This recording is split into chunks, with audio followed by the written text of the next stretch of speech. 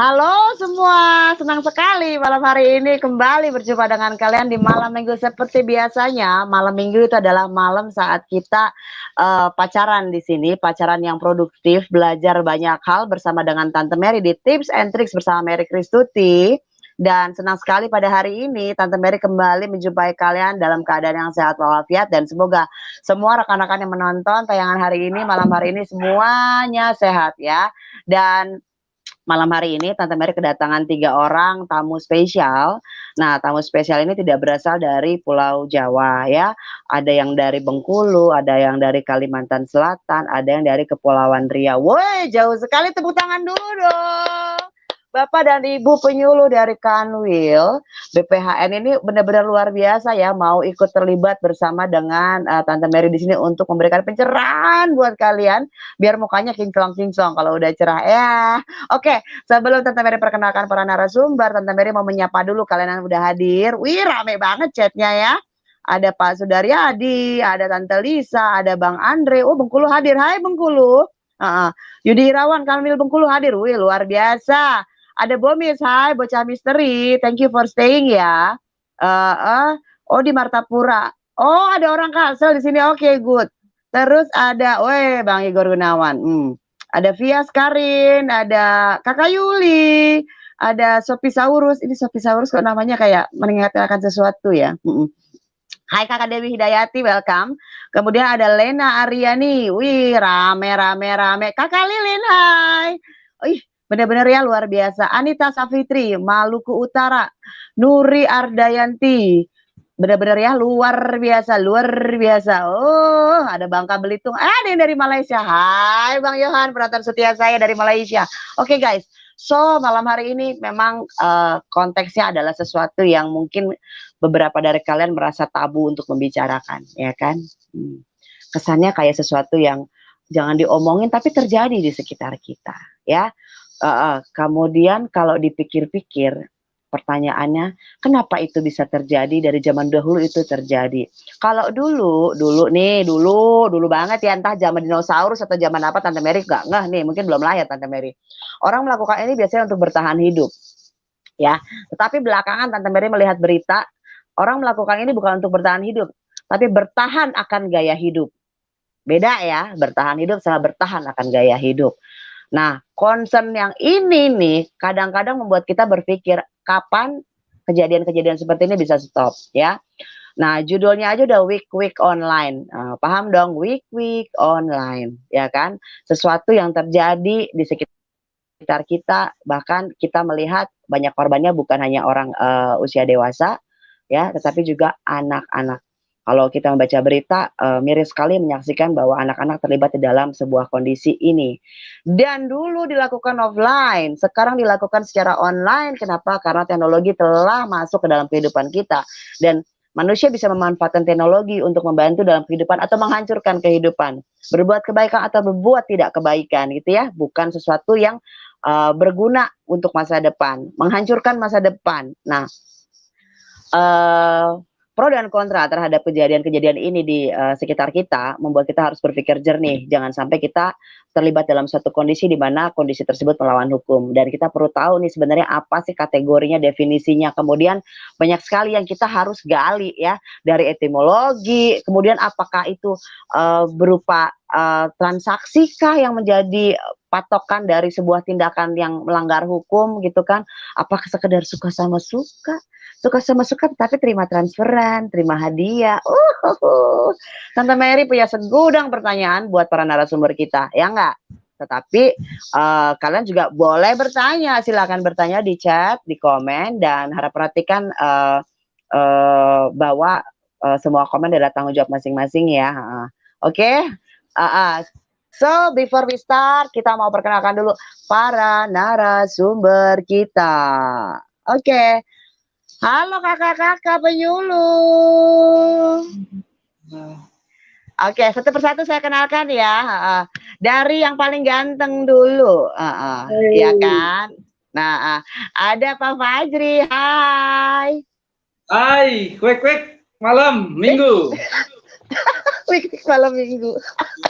Quick malam minggu. Bapak semangat sekali, aku suka. Karena yang gantengnya cuma saya sendiri. Kita berempat. Jadi raja minyak hari ini ya, Pak Fadli jadi raja minyak ya.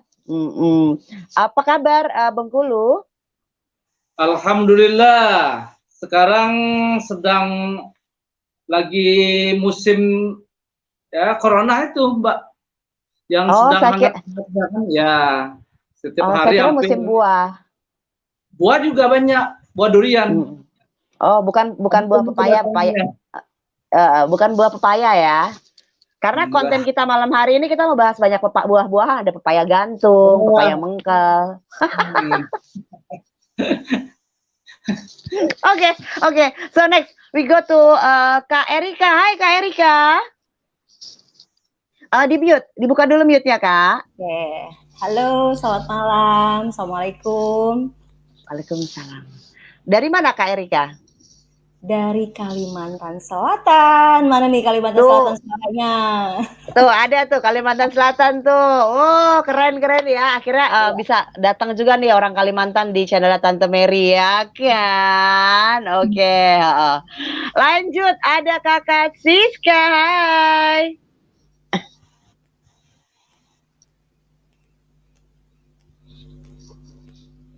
Masih di mute. Hai guys, assalamualaikum warahmatullahi wabarakatuh. Waalaikumsalam. Kakak Siska dari mana Kakak Siska?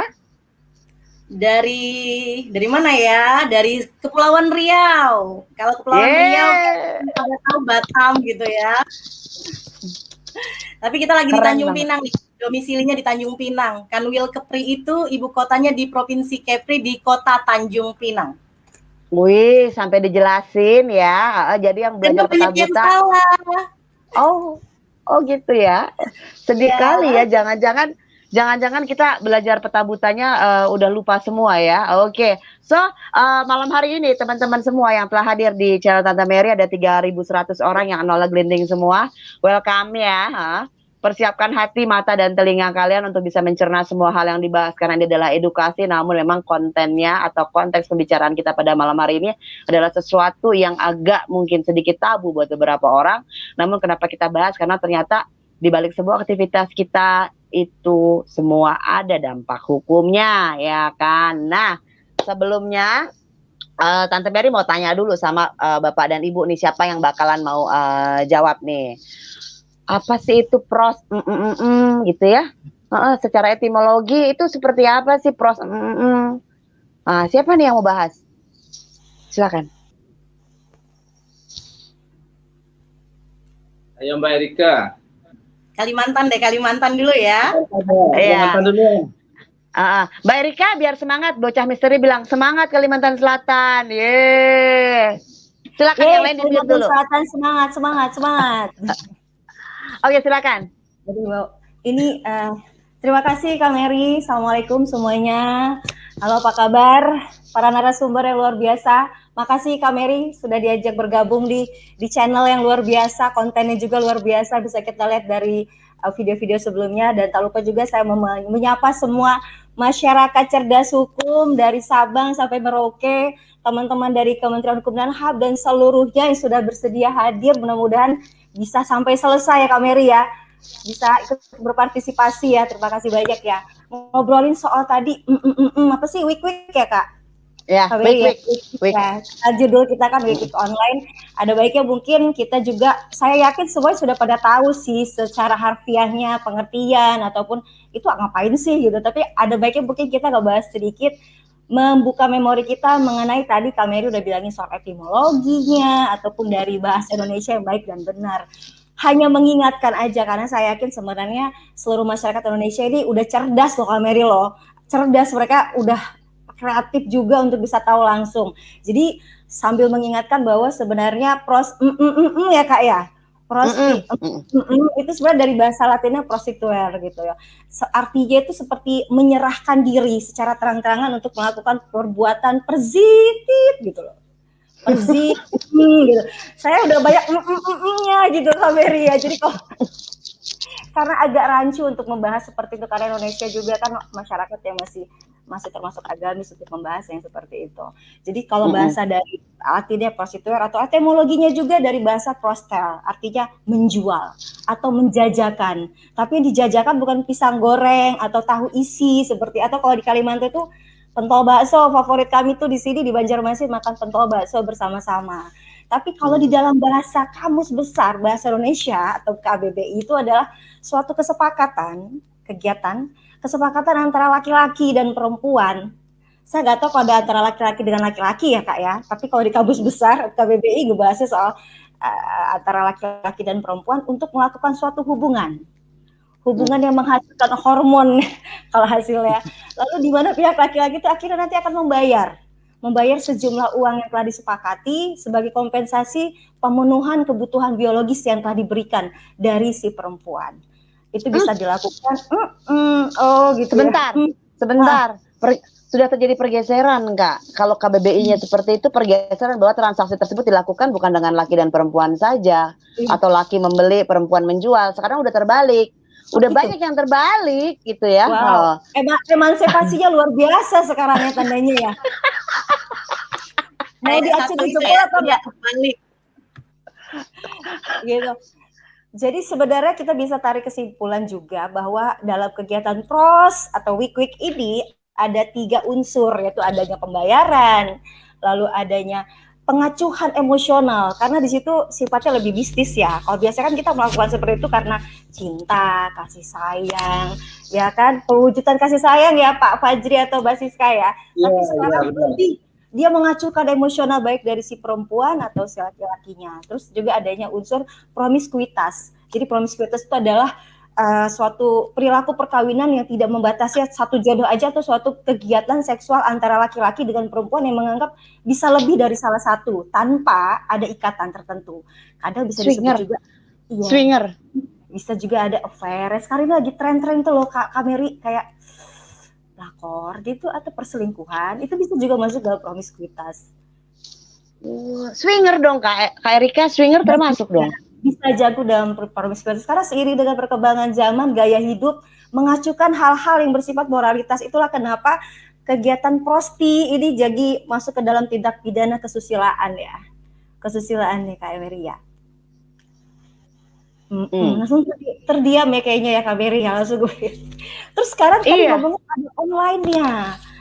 Dulu memang biasa sifatnya menjajakan, sifatnya tradisional, lokalisasi, seperti salah satu tempat di Jawa Timur yang memang sudah sempat ditutup ya Kak Mary ya, teman-teman ya. Masih ingat itu sebenarnya dari sejarah dari zaman company, ternyata itu sudah ada loh gang itu. Ternyata memang benar-benar sudah dari dulu gitu. Biasanya seperti itu kita, tapi seiring dengan perkembangan zaman, teknologi, yang ternyata teknologi kita ini seperti dua mata pisau gitu loh. Kalau kita bawa ke arah negatif, jadi malah bawanya negatif, tapi positifnya juga banyak. Seperti salah satunya kayak sekarang nih kita lagi memanfaatkan teknologi ya, perkembangan internet ya. Nah, permasalahannya week online ini dipakainya untuk ke arah yang kurang baik atau tidak baik, yang gebelok-gebelok ya Kak Mary ya. Dia menggunakan sarana internet, jaringan, ataupun media yang menggunakan seperti wifi ataupun data, kuota gitu. Dia di mana sarananya juga gak hanya terpatri di aplikasi aja, tapi di media sosial. Bahkan sempat ada forum khusus memang disediakan untuk membahas seperti itu atau nge-share yang memang menarik terkait kegiatan week. Itu ya Kak Mary ya.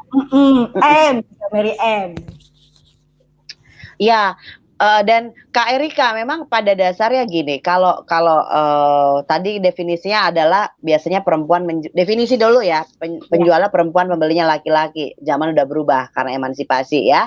Pembelinya perempuan, penjualnya bisa laki-laki, pembelinya laki-laki, penjualnya bisa laki-laki, pembelinya perempuan, penjualnya bisa perempuan. Lalu kakak tadi bilang tentang lebih dari satu, itu yang tadi saya sampaikan swinger gitu ya. A dan B pasangan, kemudian ketemu dengan C dan D pasangan, bertukar yuk, tukeran yuk. Sakit kepala, aduh guys, kalau ngomongin ini memang benar-benar harus ekstra nelan ludah ya. Narik napas dalam, inhale gitu kan. Nah lanjut ya Kak Erika. Nah, kalau udah tahu definisi etimologinya seperti itu, berarti yang terlibat 3. Bisa 3, bisa lebih loh, Kak. 3. Ini yang nge-lag siapa?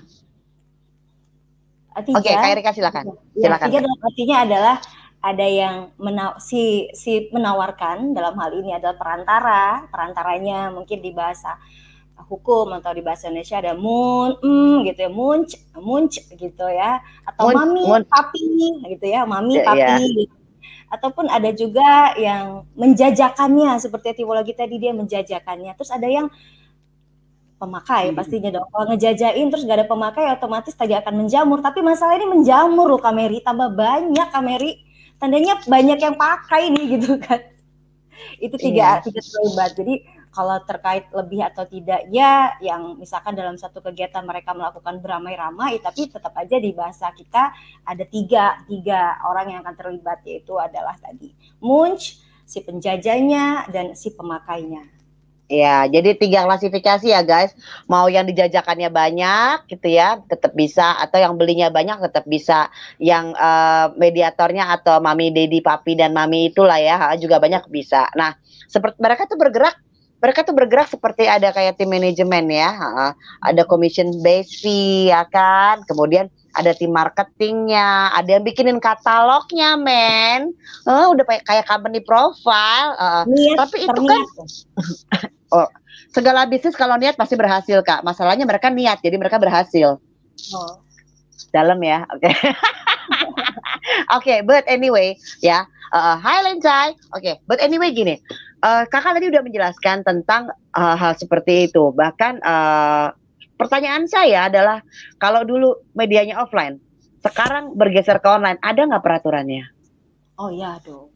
Itu pemerintah Indonesia digercep juga loh, nggak hanya netizen aja yang gercep pemerintah Indonesia juga. Lihat sudah ada di fenomena seperti ini, jadi pemerintah Indonesia juga langsung mengawal, karena sesuai dengan prinsipnya adalah memberikan rasa keadilan, kenyamanan bagi masyarakat Indonesia. Salah satunya dengan menciptakan peraturan perundang-undangan untuk melindungi masyarakatnya. Terkait soal masalah online, untuk saat ini ya masih ada satu undang-undang yang mengatur tentang transaksi informasi elektronik, yaitu nomor 11 tahun 2008 gitu.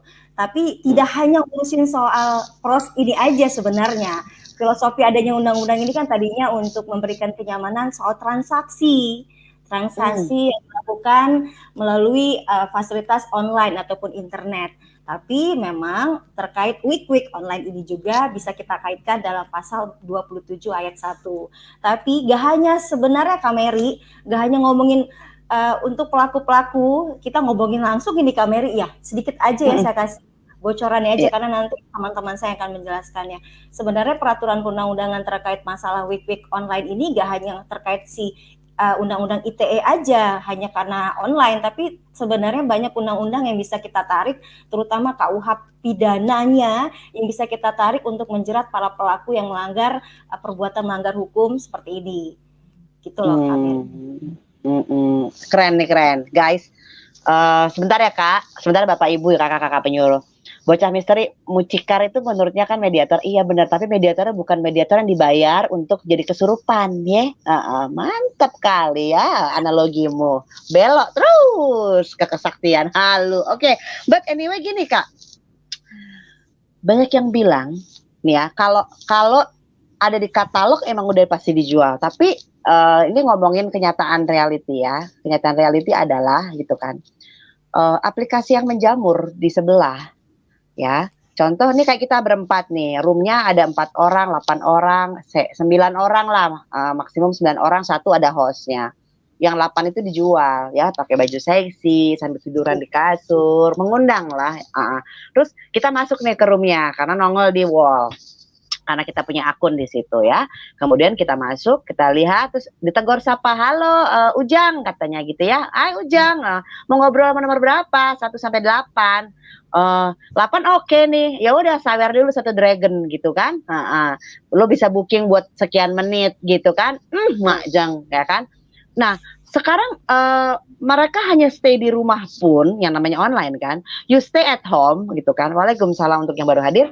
You stay at home and then you can get money from them. Ya kan? nggak usah ketemuan offline, nggak usah booking check in segala macam. But anyway, this kind of thing happen gitu loh. Lu tinggal visian and the transaction is there gitu. Udah lu bayar dulu paket tadi Dragon 3 gitu kan untuk 30 menit. Dragon 3 kalau dirupiahin berapa gitu ya. Nah, berarti sekarang pertanyaannya tadi ngomongin tentang undang-undang ITE ya, transaksi itu kan. Nah, ini transaksinya kan melalui bukan sesuatu seperti pentransferan yang seperti biasa kita dengar ya, ditransfer berarti ada transaksi. Ini kan bentuknya gift kayak gitu ya. Nah, mungkin pada dulu baru dengar ya. Jadi tenang dulu, napas dulu, cerna dulu, takutnya nge-shock gitu karena kasus-kasus ini banyak dan aplikasi ini banyak, bukan cuma satu. Oke, tetapi itu ada kasus yang lain ya, itu sebuah kasus yang berbeda. Nah, sekarang kalau misalnya yang paling awam lah, paling lumrah. Yang paling lumrah adalah yang biasa kita telusuri, kita temui gitu ya. Si A deketin si B di aplikasi, ngobrol-ngobrol, geser ke WhatsApp, mau nggak ketemuan? Iya, BO bisa berapa segini ya. Itu kan ada transaksi. Ya, tetapi ada yang lain lagi kasus adalah atas dasar suka sama suka, ya. Tapi di balik itu ada dampak ekonomi yang terjadi. Lu kalau mau sama gue, ntar gue beliin A, B, C, D, E, F, G, H, I, J, K, L, M sampai Z, ya. Tapi pada dasarnya adalah sesuatu itu terjadi karena ada pancingan pemberian. Ya, kalau cuma dikasih AB nggak mau lah ya. Kalau gimana kalau C dan D kan negosiasi ya kan. CD masih kurang. Gimana kalau nggak EF gitu kan? Panjang. Nah, satu persatu guys kita mau buka ya. Jadi tenang dulu ya. Tenang dulu, satu persatu kita mau buka. Oke, karena apa? Karena kalian perlu tahu, bahkan, jangan dibukain atau lencai, banyak sekali, bukan cuma itu aja lencai, bukan, lu kalau kena Bennett bukan urusan gue, lu ya lencai lu ya, lu di endorse ya, but anyway, pelan-pelan nih, kalau yang awam cowok beli cewek, sekarang cewek beli cowok, bahkan lately ya, nggak hanya sugar daddy, tapi sugar mommy can buy anything right now, even though sugar mommy have a husband ya. Walaupun sugar mommy-nya punya pasangan, tapi sugar mommy can buy anything right now. So, pertanyaan-pertanyaan yang terjadi ini yang ingin saya tanyakan adalah bagaimana dengan apa yang harus kami ketahui nih kakak-kakak. Kami ini harus tahu seperti apa, realitinya seperti ini. Bahkan kalau kita lihat kenyataan bahwa dunia week ini tidak menyerang hanya tanda kutip artis, betul? Ya, anak SMA, anak sekolah yang tadi saya bilang, kalau dulu adalah latar belakang alasannya, motivasinya adalah bertahan hidup, sekarang adalah bertahan akan gaya hidup. Ya kan, kita mau terlihat, selebgram gitu kan, follower banyak, hidupnya kesana, wow, yang kalian nggak tahu di belakang itu ada apa gitu ya. Karena I've been there, I have a friend yang doing that kind of things gitu. Jadi akhirnya mereka untuk mempertahankan gaya hidupnya mereka harus terus mencari mangsa. Gitu. So, right now, saya perlu banget kakak-kakak ada siapa nih yang mau jelasin tentang menjelaskan undang-undang terkait bunyi pasal dan definisinya, baik itu week online yang untuk week yang dewasa dan week yang anak atau bahkan week sejenis. Sejenis maksudnya satu apa namanya? Satu spesies ya. Jeruk makan jeruk. Oh ya, jeruk makan jeruk. Oke. Silakan. Siapa nih yang mau jelasin tentang undang-undang terkaitnya? Apa Pak Fajri atau Kakak Siska? Ya. Silakan. Baik Mbak Mary dan para pemirsa yang bergabung pada kita pada malam hari ini. Ada beberapa undang-undang yang terkait dalam hal quick online ini. Yang pertama tadi sudah disampaikan oleh Mbak Erika, Undang-Undang Nomor 19 Tahun 2016 tentang perubahan atas Undang-Undang Nomor 11 Tahun 2008 tentang transaksi dan informasi elektronik, ITE, informasi dan transaksi elektronik ini yang diatur di dalam undang-undang itu hanya, kalau nggak salah, hanya 2 pasal ini. Pasal 27 itu larangan terhadap pelaku yang menggunakan wig itu. Kemudian juga sanksinya itu diatur di dalam pasal 45 bagi yang melakukan transaksi atau pelaksanaan wig itu. Kemudian juga ada juga undang-undang, ya tentu nanti biar Mbak Siska yang akan menjelaskan dalam KUHP kita. Dalam KUHP yang terdahulu, karena aturan perundang-undangan kita ini yang mengatur masalah sanksi-sanksi tentang kegiatan wig ini kan pertama sekali diatur dalam KUHP. Kalau ITE ini kan baru sekali ini, Mbak. Kemudian juga ada juga yang menyangkut masalah ini, jika terjadi kepada anak-anak yang menjadi korbannya itu adalah anak-anak, itu nanti akan diatur dalam Undang-Undang Nomor 35 Tahun 2014 tentang perubahan atas Undang-Undang Nomor 23 Tahun 2002. Tapi terakhir kemarin setelah keluarnya Perpu Nomor 1 Tahun 2016, kemudian itu dijadikan undang-undang, keluarlah Undang-Undang Nomor 17 Tahun 2016 tentang perlindungan anak. Nah, di samping itu juga ada juga undang-undang yang ada kaitannya dengan transaksi wig ini, yang tidak kalah penting juga undang-undang yang menyangkut masalah pornografi barangkali gitu kan. Pornografi itu kan ada juga undang-undang apabila itu memang ada kaitannya dalam penyebaran informasi melalui ITE ya yang dilakukan oleh wig itu sampai mempertontonkan video-video yang tidak pantas untuk dilihat. Kemudian juga ada kata-kata atau kalimat-kalimat yang ada unsur-unsur ya seperti itu. Itu juga bisa dikenakan kepada undang-undang yang pornografi. Kemudian juga apabila terjadi dengan korban nanti yang bisa dikatakanlah diperdagang jual belikan, itu juga bisa dikenakan Undang-Undang Nomor 21 Tahun 2007 tentang perdagangan orang. Nah, inilah regulasi-regulasi yang ada keterkaitan dengan pelaksanaan perlakuan wig ini. Jadi banyak sekali undang-undang yang mengaturnya, yang tentu ini akan kita lihat dari segi mana perlakuan wig itu. Kalau memang itu yang dijadikan korban, yang dijadikan sebagai yang dijualkan itu adalah anak-anak nantinya, seperti beberapa kasus yang pernah kita dengar, kita baca di media, itu kan korbannya lah ada anak-anak. Nah, anak ini seharusnya ini kan dilindungi di dalam undang-undang. Dalam undang-undang perlindungan anak itu betul-betul dilindungi, makanya ini adalah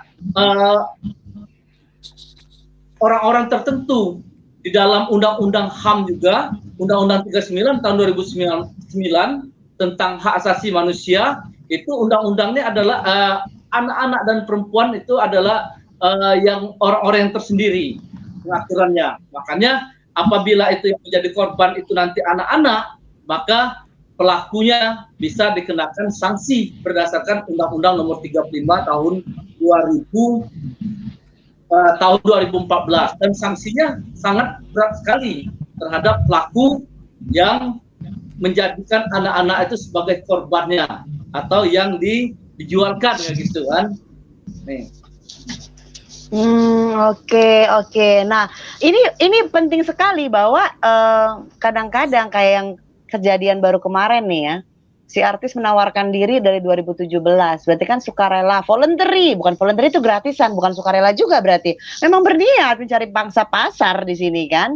Nah, tetapi nih ada tetapi lagi, kalau ngomongin artis yang kemarin ya memang dia berjualan. Nah, saya lebih concern kepada sebuah kasus yang saya ketahui ya. Ketika ada seorang yang memiliki follower banyak gitu, mungkin di YouTube, mungkin di aplikasi lain gitu ya. Kemudian dia mendekati si A gitu kan, ketemuan dong, ya udah ketemuan, yaudah lu mau nggak sama gue, ntar gue beliin ini, beliin make up lah, beliin inilah, beliin alat inilah. Tapi kan biasanya laki-laki yang begitu, nah ini perempuan ya, kecenderungan setelah bergesernya budaya terhadap dominasi pembelinya adalah laki-laki, saat ini sudah banyak yang membeli adalah perempuan yang menyediakan jasanya atau tadinya tidak menyediakan jasanya karena dipepet dan diiming-imingi, ya kan?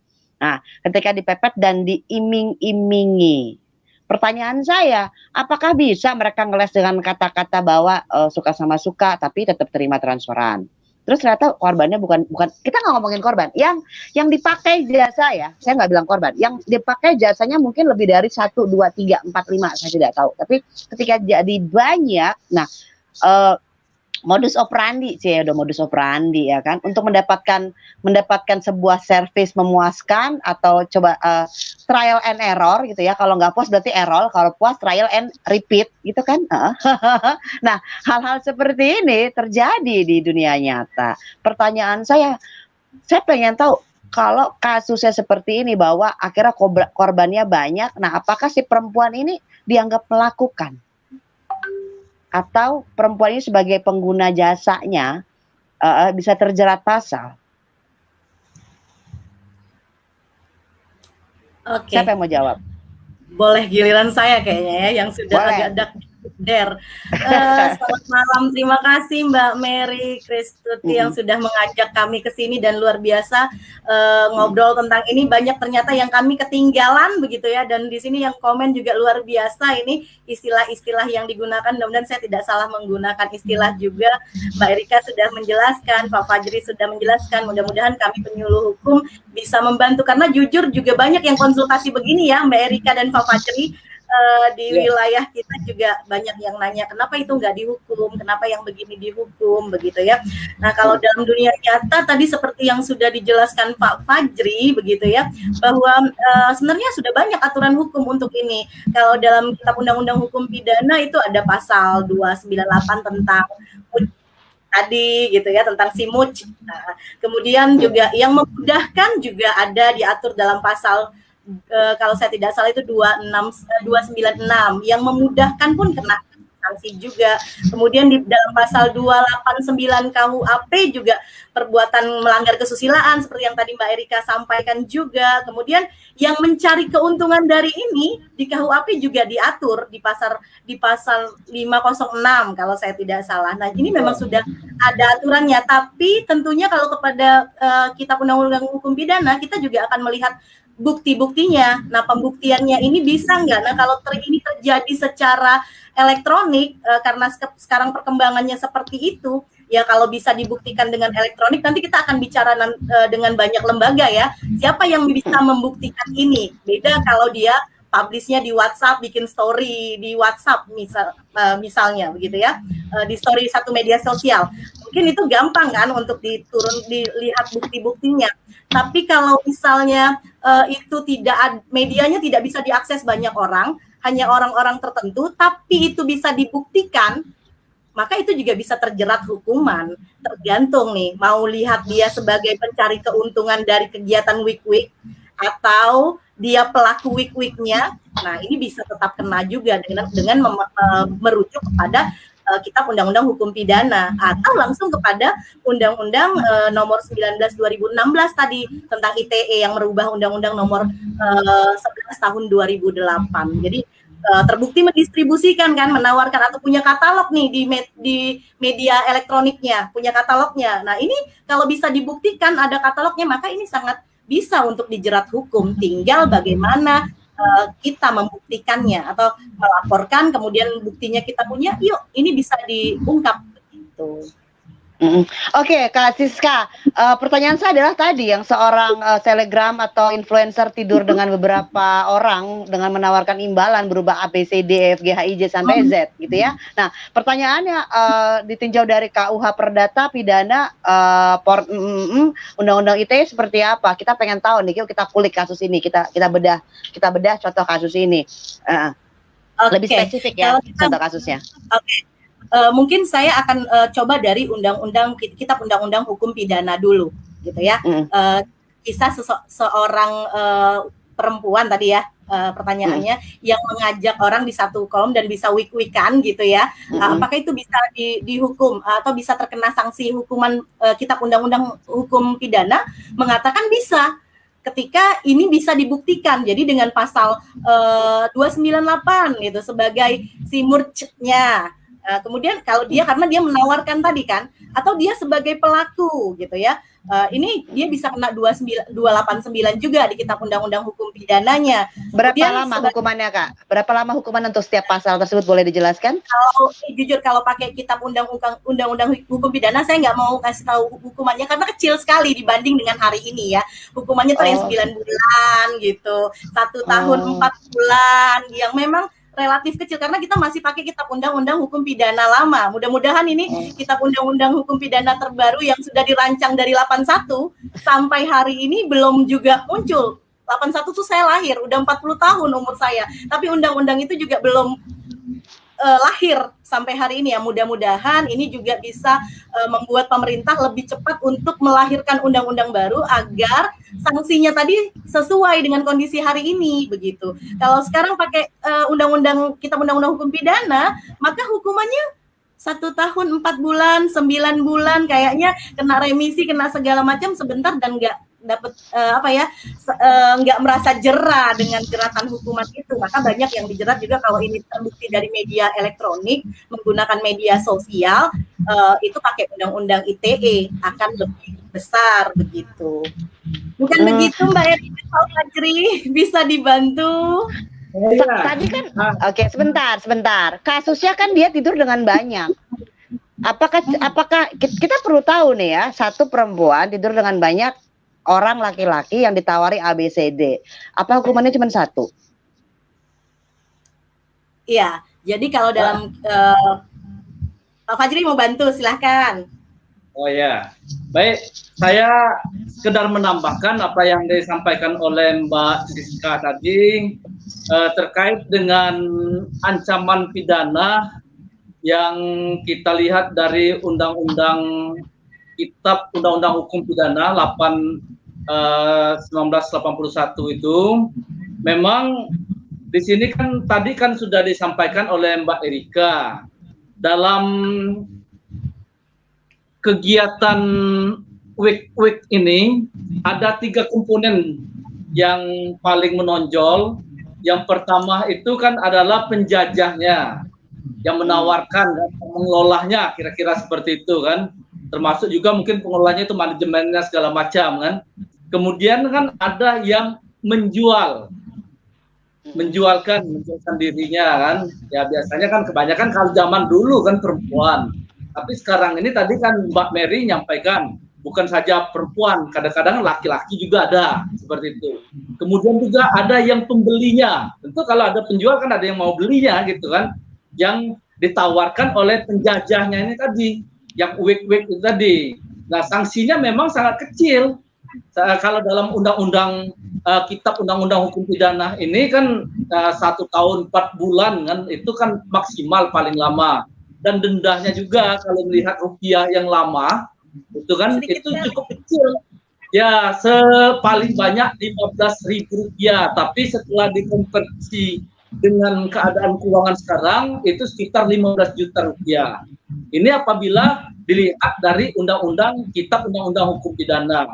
Nah, yang lebih khusus lagi karena ini melalui online, tentu nanti akan dilihat dari undang-undang ITE yang tadi kita jelaskan 2016 perubahan 11 2008 itu. Nah, di pasal 45, nah itu kan dijelaskan apabila ini seseorang itu seorang atau kelompok orang melakukan pelanggaran terhadap pasal 27. Apa bunyi pasal 27 itu? Setiap orang yang dengan sengaja dan tanpa hak mendistribusikan dan atau mentransmisikan atau dapat membuat diaksesnya informasi elektronik atau dokumen elektronik yang memiliki muatan yang melanggar kesusilaan. Nah, maka jika ini terjadi, maka bisa dikenakan sanksi pidana. Sanksi pidananya apa?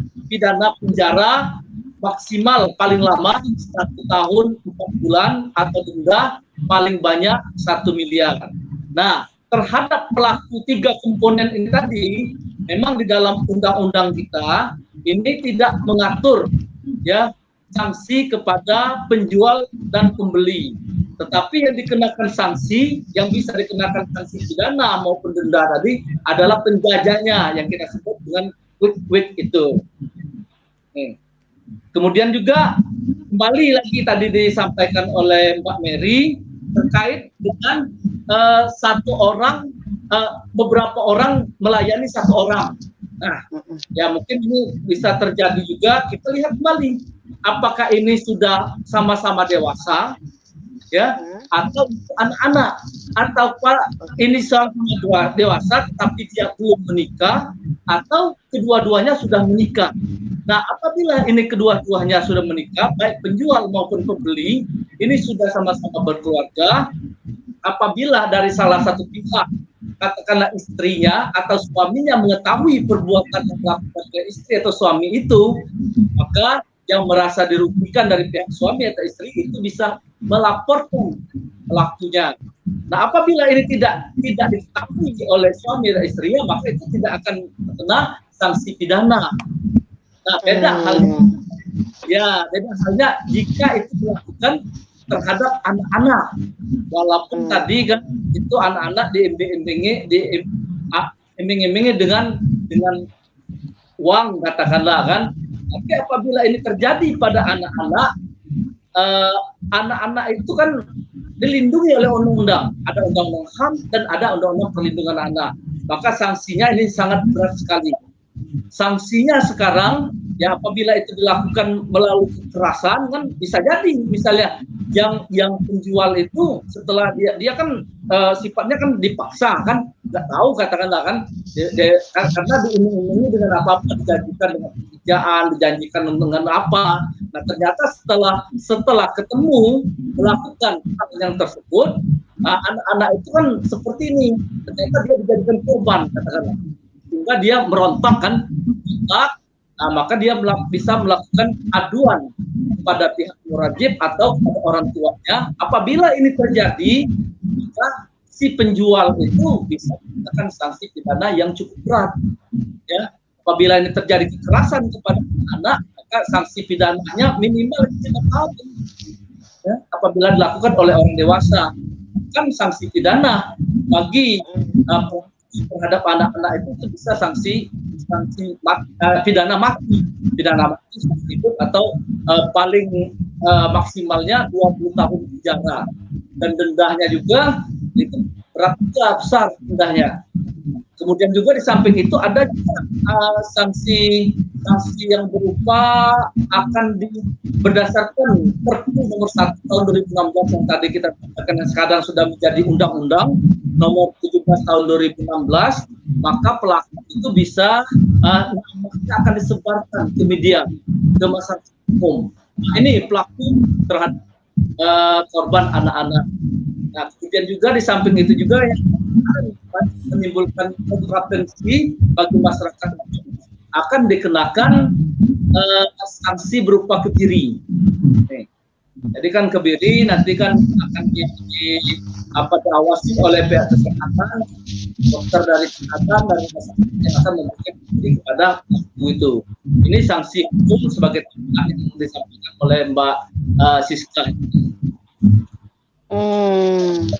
Saya penasaran karena tadi Pak Fajri bilang entah nih ya, tanggapan saya adalah kalau misalnya ibu ini dengan beberapa orang laki-laki ini, Pak Fajri tadi bilang apa sih, yang menjualnya dan yang mediatornya, dalam hal ini nggak ada mediator di kasus ini, jadi langsung kepada yang bersangkutan ditawarin sehingga dia mau menjual jasanya kepada perempuan tersebut gitu ya. Nah, pertanyaan saya adalah kan terjadi sebuah kesepakatan ya.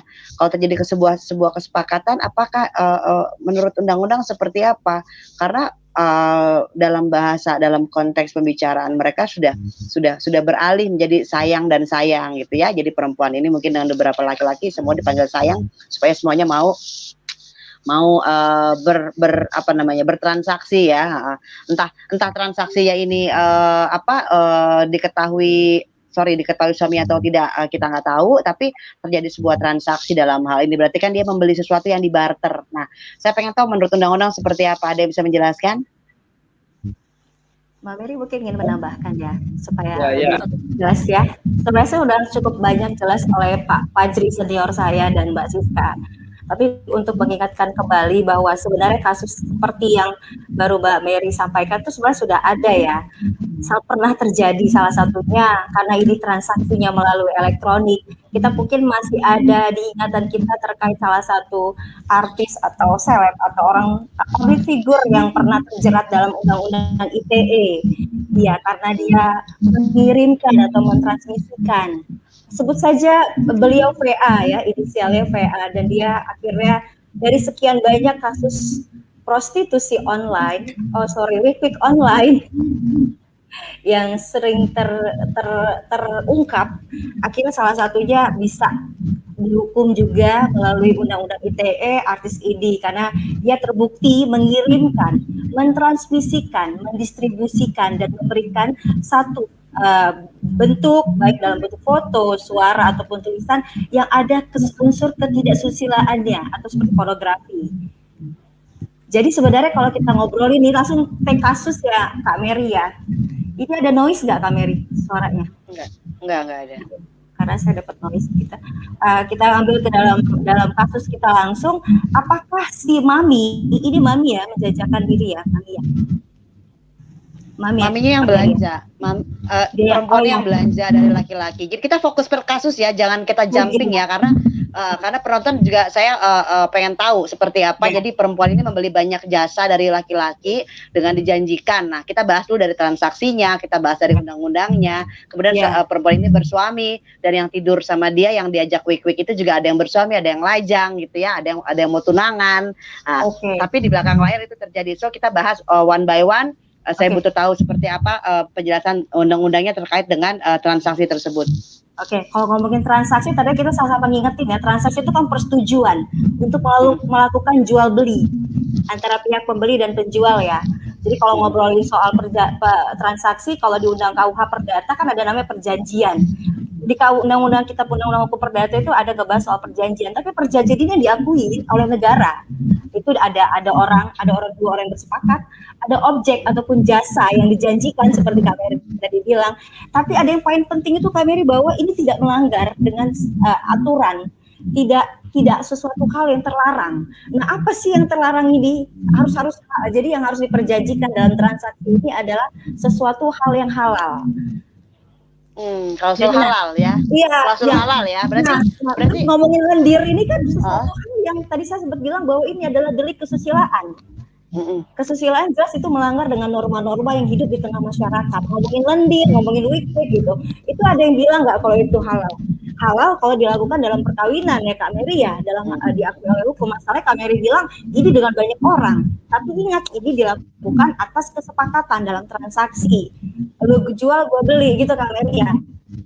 Dan perlu kita ingat bahwa hukum Indonesia sangat menghormati hak asasi manusia, hak-hak privat di dalam hal manusia. Jadi kalau misalkan ini diajarkan berdua, diobrolkan berdua tanpa terbuka untuk umum, tanpa dipertontonkan, misalkan dalam bentuk si tante gue menunjukkan bilik pribadi dia, atau si anak orang atau pria yang ditawar dia itu menunjukkan barang yang dijual yang tidak senonoh, yang tidak pantas dibuka ke umum, itu bisa masuk ke dalam delik kesusilaan. Nggak boleh, karena dia kan melanggar delik susila. Dan kita kembali lagi di dalam KUHP ada namanya delik kesusilaan.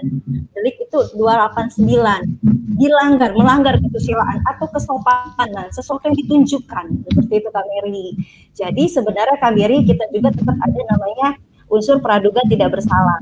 Pihak kepolisian dalam melakukan penyidikan atau penyelidikan tidak bisa langsung asal menerima aduan langsung dikatakan bahwa ini orang bersalah. Tetap ada norma-norma prosedural dalam melakukan penyidikan untuk menunjukkan ini bersalah atau tidak. Seperti tadi, kalau dipertontonkan dibuka untuk umum, ya melanggar kesusilaan kan Kak Mary ya. Tapi kalau cuma berdua aja privat, suka sama suka, ditambah yang satu tidak punya pasangan resmi, yang satu juga tidak pasangan resmi, dan di atas usia yang sudah dewasa, why not? Di situ Indonesia belum mengatur lebih untuk seperti itu. Mungkin bisa ditambahkan. Okay. Ada yang mau menambahkan? Mungkin hanya ingin menguatkan saja nih, yang nonton rame ya, lihatnya rame banget, bahwa 1320 Kitab Undang-Undang Hukum Perdata ini seharusnya menjadi dasar kita melakukan sesuatu meskipun ini privat. Adanya kesepakatan, kemudian kesepakatan itu dilakukan sama-sama oleh pihak yang cakap, tidak di bawah umur, bukan orang yang di bawah misalnya difabel misalnya begitu ya. Kemudian yang mereka sepakati itu adalah hal yang diatur ada yang mereka sepakati, dan hal yang disepakati itu adalah hal yang tidak bertentangan dan diterima oleh hukum gitu. Jadi tidak bertentangan dengan norma agama, tidak bertentangan dengan norma sosial, apalagi norma hukum begitu. Jadi jangan bilang kalau kita ini kan suka sama suka. Kenapa ada anak di bawah umur anak ya, bukan di bawah umur, anak yang 0 sampai 18 tahun akhirnya ditahan gitu ya, berada di lembaga permasyarakatan khusus anak, karena apa yang mereka lakukan itu memang bukan sesuatu yang dihalalkan untuk umur mereka. Mereka tidak cakap untuk melakukan itu, meskipun itu mereka tidak punya hubungan, belum menikah begitu. Noise dari mana ya? Noise ya. Noise dari mana ya? Noise sekali, sakit telinga. Dari mana ya? Oke. Terima kasih Kak Siska. Ini mungkin ada problem tadi ya teman-teman. Semoga udah cooling down suaranya. Oke. Nah, pertanyaan lagi nih. Berarti tadi kan dibahas bahwa belum tentu bisa, harus diselidikin dulu ya. Berarti kan kalau pembeli yang beretikat baik dilindungi undang-undang, nggak belinya beli apa, Bang Freddy? Kalau belinya lendir mah nggak ada, orang jajas lendir adalah dilarang oleh undang-undang. Beli apa dulu gitu kan? Nah sekarang pertanyaannya nih, ya seperti yang disampaikan oleh nih, saya naikin ya, nih saya naikin tuh. Kok pembeli jarang banget ya? Jangan bilang nggak pernah lah, bocah misteri, lu nggak tahu kan kasus-kasus yang terjadi ya kan? Jadi kita bilangnya jarang ya, oke. Kok pembeli jarang banget ya kena pidana, bahkan penjualnya yang sering disebut sebagai korban. Itu tadi mempertahankan bertahan hidup atau mempertahankan gaya hidup. Oke, ada yang mau bahas? Ada yang mau jawab pertanyaan bocah misteri dari Kalimantan Selatan? Baik, bocah misteri emang penuh misteri sekali ya, gak salah memang dia. Tapi masih bocah ya? Ini bocah. Enggak lah, itu pakai nama enggak aja ya? Itu. Oh iya, kira masih bocah di bawah umur dong, gak boleh ngomongin soal wik-wik. Oke, benar sekali sih, gak salah memang bocah misteri ini memang bahwa memang banyak sekali tadi ngobrolin banyak soal aturan. Banyak juga munch yang paling banyak ada aturannya, munch itu karena kan kita tadi sepakat, ingat ya, ada tiga pihak yang terlibat, ada yang menawarkan, ada yang menjajakan, ada yang pemakai. Kenapa sih yang menjajakan sama pemakai ini jarang, yang sering kena ini si munchnya, karena memang diatur dalam KUHP ya Kak Siska ya. Nah cuman ingat nih, kita ini di dalam Kitab Undang-Undang Hukum Pidana khususnya di pasal 1 ayat 1, Indonesia ini menganut azas legalitas, di mana tidak ada satu perbuatan pun yang dapat dipidana kecuali ada aturan pidananya. Jadi ingat lagi tadi kayaknya Pak siapa temanku itu Pak Fajri juga sudah menjelaskan banyak banget. Gara-gara bocah misteri salfok Pak saya jadi sampai lupa nama Bapak bocah misteri aja yang terbayang-bayang namanya. Itu udah banyak. Jadi permasalahannya Mas bocah itu azas legalitas Indonesia mengatur bahwa tidak akan dipidana kecuali ada aturan pidana yang mengaturnya. Nah, permasalahannya sampai saat ini aturan pidana Indonesia tidak secara spesifik mengatur mengenai hukuman pidana bagi si pemakai, si pengguna jasa, kecuali tadi ada namanya pasal kumpul ke ada itu apabila pasangan resmi mengadukan, itu bisa dia kan, kalau dia memang ternyata itu pun delik aduan. Kalau si pasangan nggak mau ngadu, ya udah dia nggak kena hukuman pidana gitu. That's why ayo dong sama-sama kita dorong pemerintah kita untuk bisa mempercepat RUU yang dari tahun berapa? Siska 81 sampai sekarang belum keluar. Umuran saya itu. Supaya demand permintaannya nggak banyak. So, Bomis terjawab ya, Bomis ya, pertanyaanmu ya, dan pertanyaan saya juga gitu ya. Emang belum ada yang ngatur, jadi makanya kalau bisa kita memberikan masukan untuk pemerintah supaya apa? Supaya yang jualan nggak makin banyak, ya kan? Yang menjual jasa nggak banyak sehingga mediatornya mediator lagi, sugarnya ini yang jualan, yang menjadi tenaga marketingnya juga nggak jualan dan pemakainya juga tidak bertebaran gitu ya. Ketahuan sering main, bukan sering main. Nah, jangan-jangan dia yang ini yang punya websitenya. So, kita akan balik ngulas sebuah kasus yang mungkin berbeda ya, biar teman-teman tahu ya. Iya, Mbak Mary, iya. Kita akan ngulik sebuah kasus tentang gini.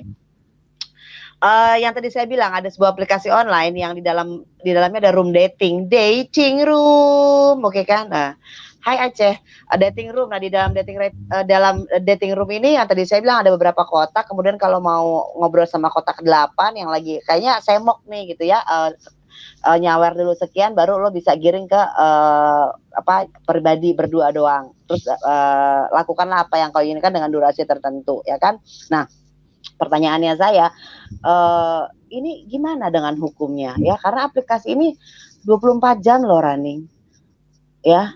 Dan yang menjajakan tanda kutip bukan cuman punten-punten, banyak sekali ART yang melakukan tersebut malam-malam ya, anak sekolah ya, di mana aplikasi bisa dijangkau dengan mudah selama terhubung dengan internet gitu kan. Nah, ini gimana dengan hukum kita ya, penjualannya melalui room dating?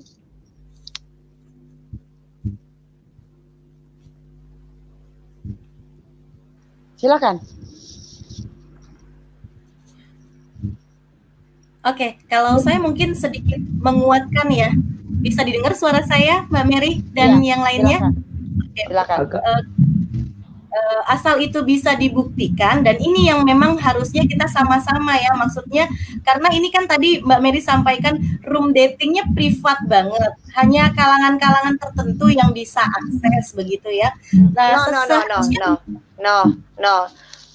Kalian install aplikasinya, kalian bikin akun, you can go in, kalau masuk saja bisa everyone, tapi kalau mau ngobrol sama orang tersebut mesti nyawer sekian juta. Oh begitu, gitu sistemnya. Kembali kepada bagaimana itu dibuktikan ketika itu akan diangkat, dan ketika itu bisa dibuktikan secara hukum, maka hukum bisa menjerat mereka. Kalau menurut saya seperti itu, sesuai dengan undang-undang ITE yang kita punya. Tapi kalau tidak itu dibawa, kemudian pembuktiannya tidak bisa dibuktikan, karena pembuktian secara elektronik juga berbeda tentunya, seperti pembuktian kasus nyata begitu ya.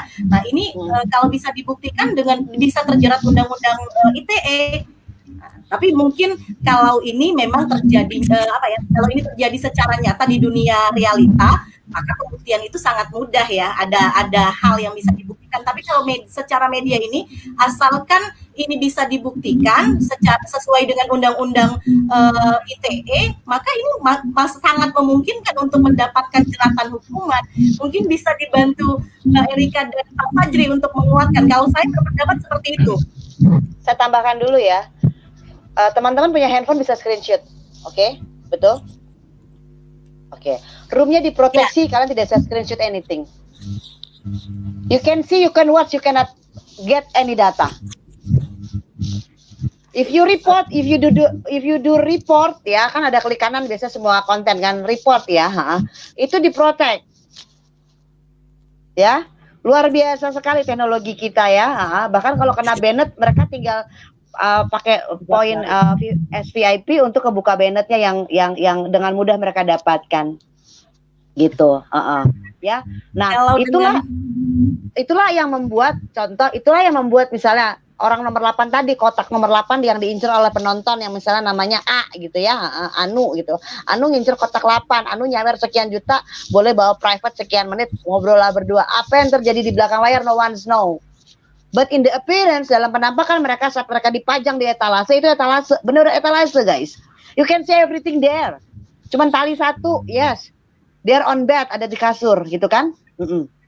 Ya. If you use two device, you cannot do it. Oh ya, boleh. Jadi kalau ini device-nya yang lagi nonton tayangan, ini bisa nge-record. Yes, you can do that. Tapi kalau screenshot nggak bisa. And then you cannot report as well. Nggak bisa di-report as well. Seriously, and ini bukan cuma satu aplikasi. Bukan cuma satu aplikasi. So many like this. Betul sih ya, Kak Berry. Untuk memberantas prostitusi seperti yang barusan Quick online ini memang sulit ya. Perlu banget law enforcement-nya ya, pendekatannya ya. Dan tentunya seperti Kak Sista bilang tadi, gak hanya pihak-pihak, sedikit pihak aja yang melakukan untuk memberantasnya. Sebenarnya Kak Mary, beberapa aplikasi ataupun forum-forum chat seperti Kak Berry jelaskan itu sebenarnya sudah banyak juga yang sudah diblokir. Tapi permasalahannya ini adalah kita butuh sekali andil dari netizen seperti Kak Mary tentunya yang mengetahui secara detail apa aja seperti Kak Berry bilang.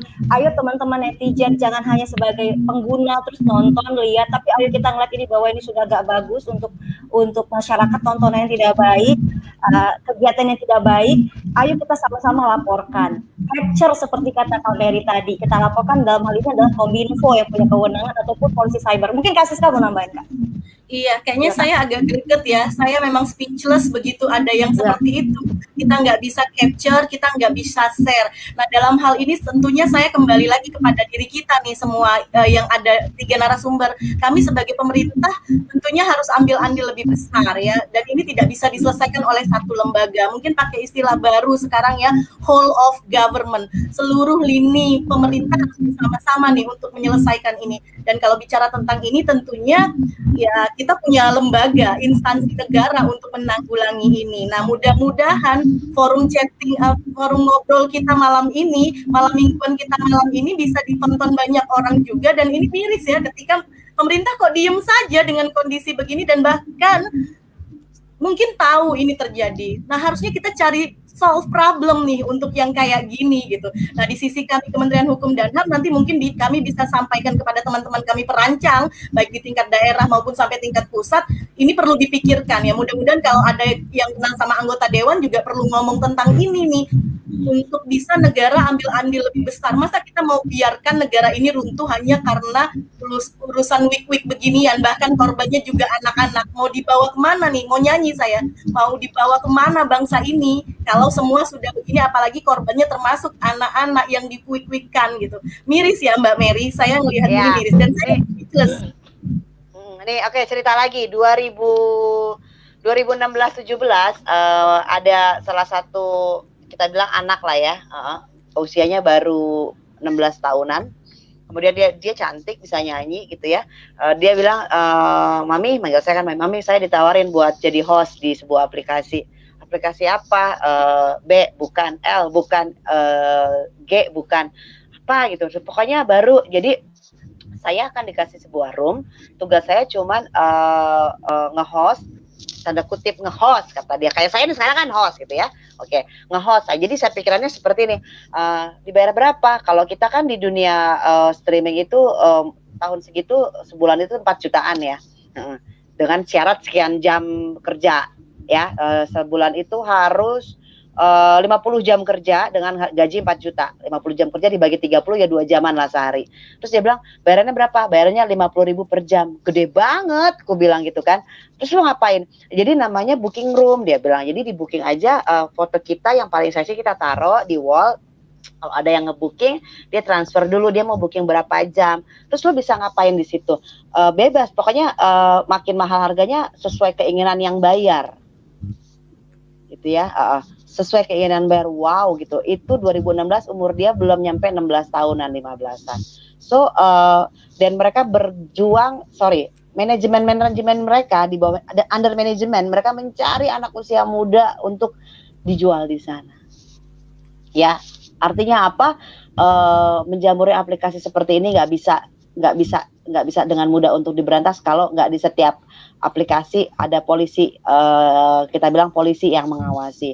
Tapi balik lagi, ternyata setelah mereka jualan di sana, seperti yang ada di atas nih, ya, VCS. Mereka bergeser ke VCS, durasi sekian-sekian. Jadi mereka cuma branding aja di sana, dapat mangsa, dapat klien, geser yang transferannya langsung. Karena itu kan baru dibayar sebulan sekali gajiannya, ya. Bergeserlah ke VCS. Yes, you can do everything in VCS. You know, right?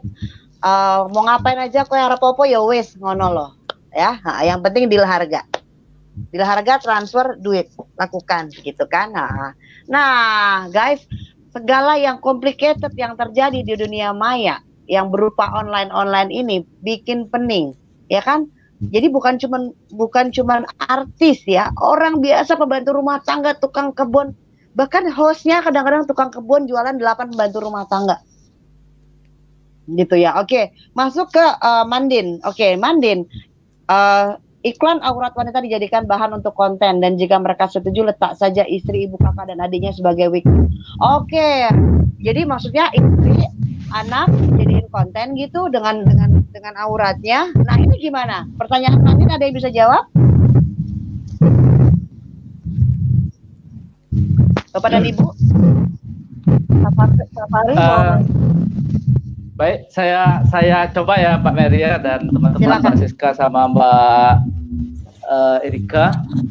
Ini keterkaitan dengan yang pertanyaan tadi, ada aurat wanita yang dijadikan sebagai konten serta anak-anak mereka juga dijadikan sebagai quick. Ini di dalam Undang-Undang ITE kan sangat jelas sekali bahwa menyebarkan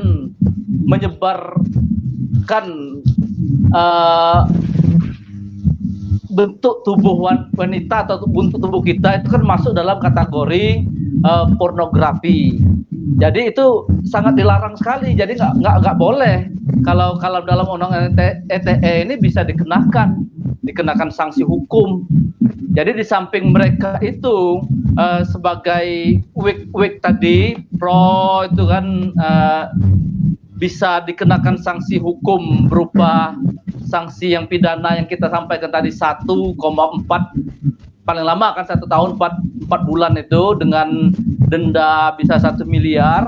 Ini kasusnya juga bisa 2 jeratan hukum, kasus sebagai dia pro dan sebagai penyebarluasan bentuk tubuh seseorang itu. Nah, dalam Undang-Undang ITE kan dilarang untuk memperlihatkan, yaitu masuk pornografi, memperlihatkan bentuk tubuh seseorang, apalagi itu yang berupa video-video porno atau gambar-gambar yang memperlihatkan tubuhnya sampai tidak menggunakan pakaian seperti itu juga bisa dikenakan juga sebagai pelaku pelanggaran terhadap Undang-Undang ITE. Jadi ada dua sanksi pidana yang bisa dikenakan. Sanksi pidana sebagai dia pelaku pro itu tadi atau wik dan sanksi pidana bagi yang memperlihatkan, mempertontonkan bentuk tubuh secara telanjang di media sosial atau ITE ini. Itu kelihatannya simpel ya Pak Fajri. Terima kasih atas penjelasannya. Kelihatannya simpel, tapi seperti yang saya tag di komen, mereka menggunakan Turbo VPN, nggak ketahuan, nggak kedetek mereka ngupload dari mana.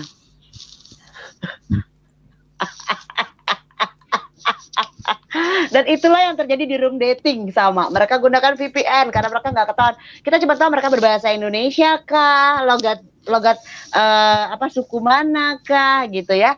Mereka juga demikian canggih dan memang disediakan alat juga untuk biar mereka bisa memproteksi keberadaan mereka gitu ya kan. Dalam silakan.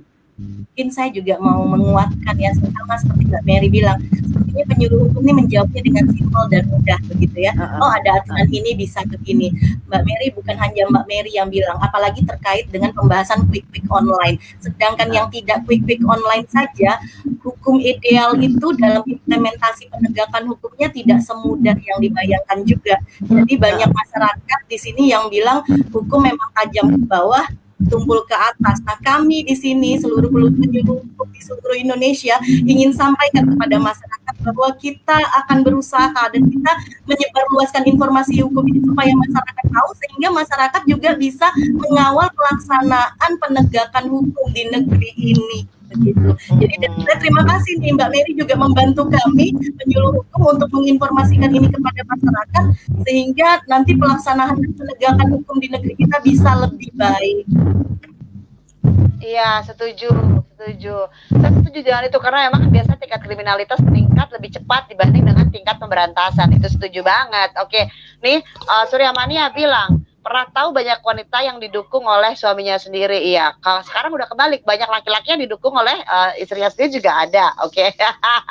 Nah, itu seperti apa? Nah, itu boleh dia menjelaskan tentang pertanyaan Surya Mania Channel? Baik. Terkait Oke, nggak apa-apa Mbak Siska dulu. Nanti aku tambahkan. ya, kalau terkait pertanyaan terakhir ini, saya juga pernah tahu banyak wanita PS yang didukung oleh suaminya sendiri atau sebaliknya gitu ya.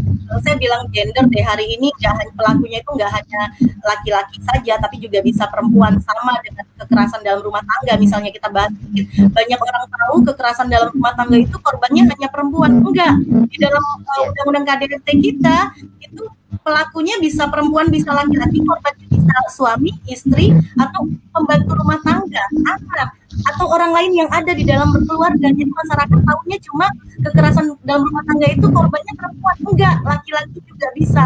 Jadi gender kita sudah tinggi sekarang, kedudukan bisa sama. Dan dalam hukum, siapapun yang melakukan kesalahan, mau laki-laki mau perempuan, itu sama-sama berhak mendapatkan hukuman, patut mendapatkan hukuman.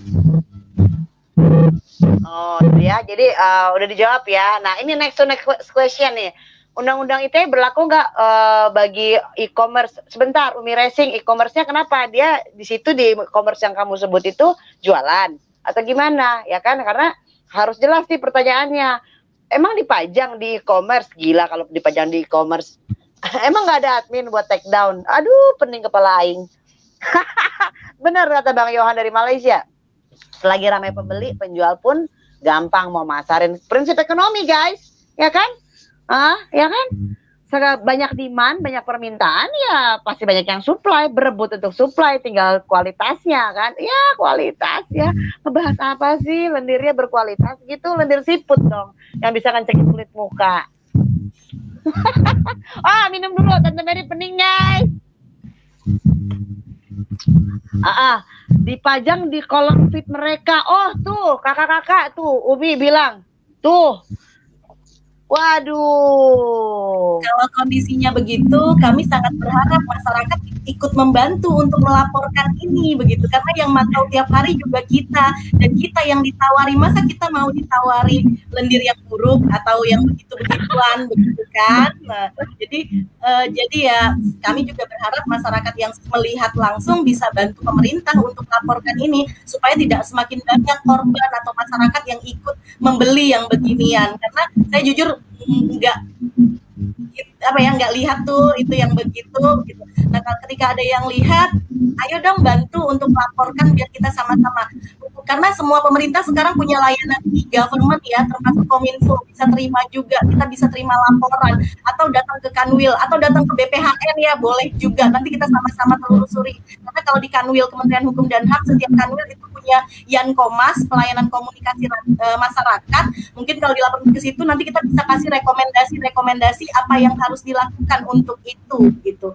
Jadi ini sangat miris sekali ya ketika itu terjadi dan kita semua diam-diam saja, ternyata beliau lihat gitu. Tuh, guys. Ya kan? Dengar kan? Jadi jangan diem aja ya. Laporkan. Sebentar. Semuanya gara-gara uang, salah, Bang Cupa Betafis. Ya. Bukan gara-gara uang, gara-gara gaya hidup.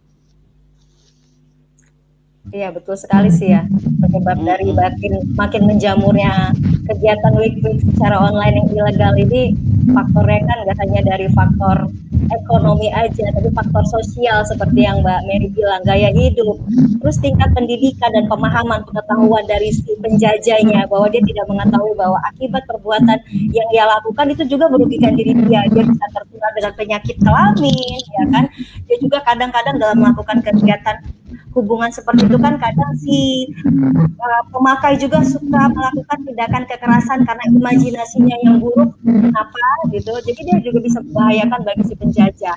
Betul sekali, nggak hanya karena uang tapi karena gaya hidup ataupun cara pola pikir yang salah yang memahami. That's why kenapa banyak sekali sekarang si penjajah itu gak hanya wanita dewasa atau pria dewasa tapi sudah mulai ke anak-anak yang awal mulanya dengan alasan mereka diiming-imingi oleh uang ataupun karena sudah kebablasan atau keterusan udah dia nanggung nyebur aja gitu.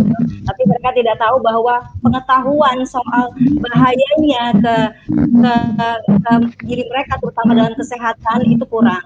Itulah kenapa kami sebagai penjuru hukum juga tidak hanya menyampaikan penyambung lidah dari undang-undang atau peraturan, karena saya yakin masyarakat Indonesia ataupun netizen juga gampang sekali sekarang buka Google sudah dapat aturannya, tapi kami lebih mengajak untuk ayo dong masyarakat Indonesia, netizen, ayo kita bangun budaya untuk bisa saling lapor seperti konten atau aware dengan orang sekitar ataupun mesti lebih, makanya kenapa kita butuh sadar hukum. Kalau penyuluh hukum itu Mary kerjaannya ngomongnya sadar hukum, budaya hukum, cerdas hukum, jadi lebih banyak ke pencegahan atau himbauan. Sekarang ini juga saya lagi-lagi menambahkan kembali apa yang disampaikan oleh Kak Siska.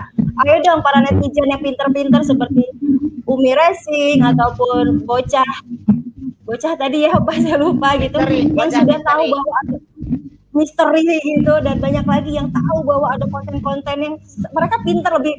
Saya yakin sekali polisi cyber juga lebih pintar, Kominfo juga punya pasti tenaga SDM yang pintar, tapi dia lebih pintar-pintar lagi. Jadi nggak mungkin hanya tunggu dari aparat penegak hukum aja, tapi dari semua lini termasuk masyarakat. Ayo kita aware, kita sadar, adukan, laporkan, foto, capture secara resmi, atau tadi ada sempat saya baca direkam gitu. Kita butuh bukti-bukti karena tetap aja penyidik ataupun dari PPNS kepolisian juga tidak hanya asal untuk blokir atau tangkap tanpa bukti-bukti yang cukup gitu Kak Mary. Tuh guys ya, jadi jangan ngomong aja susah. Ada noise dari siapa ya? Ada noise dari siapa ya?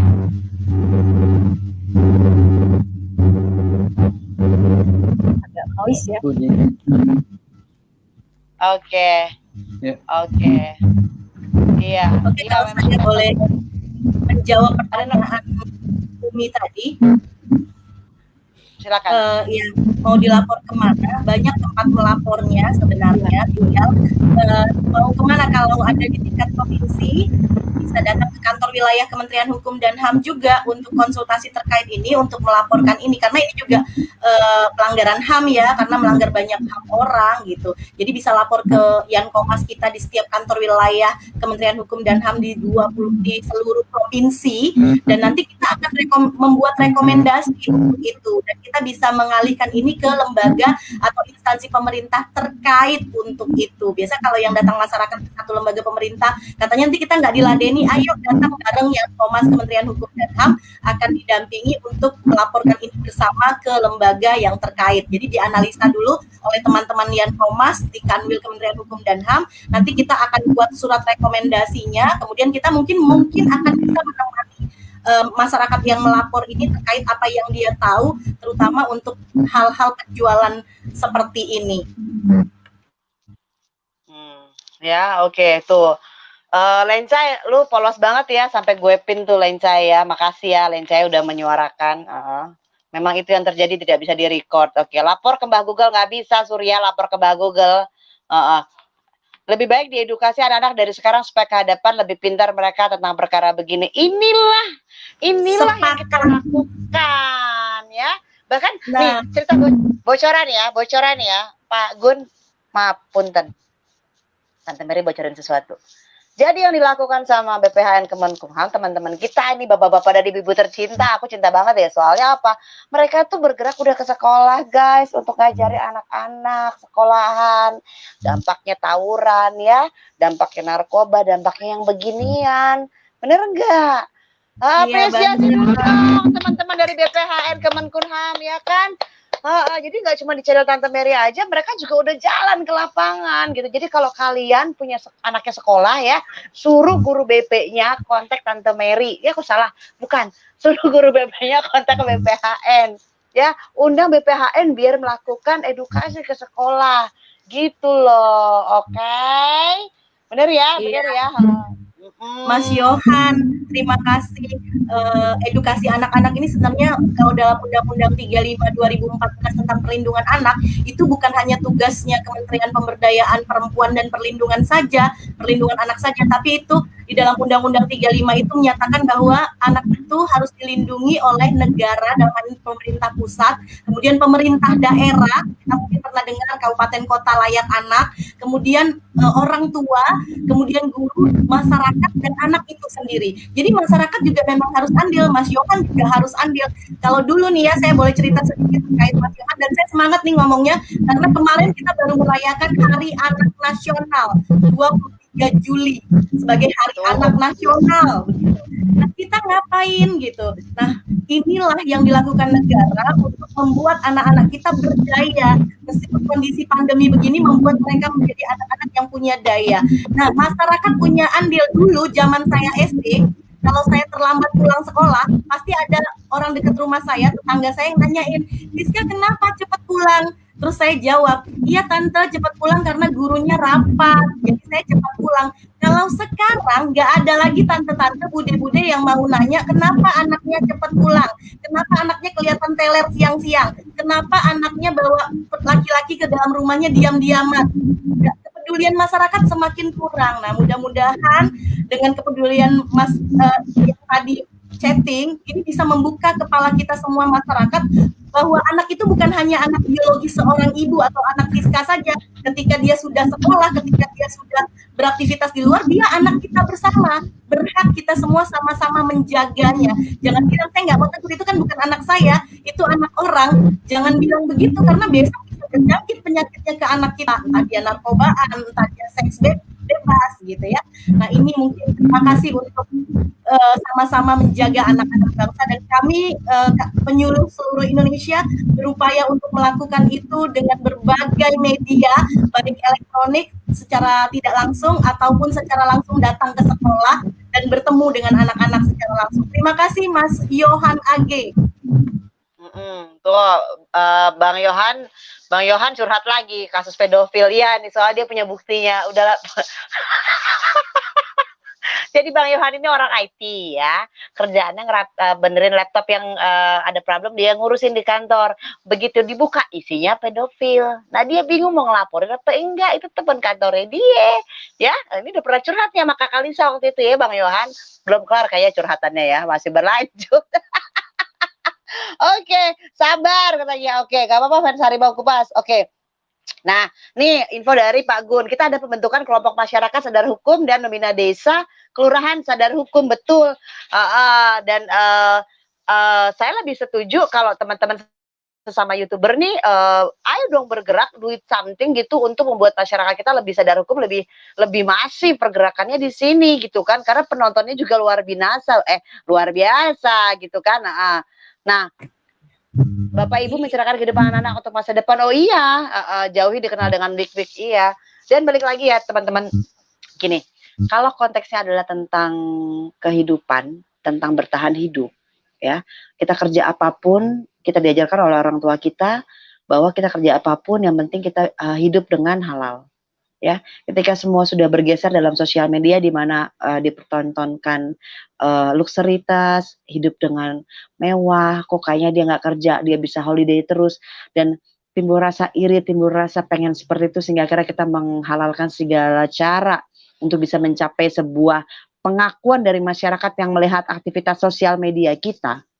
Itu sudah menjerumuskan ya, oke. So dalam hal ini teman-teman semua harus mulai bergerak untuk mengedukasi masyarakat.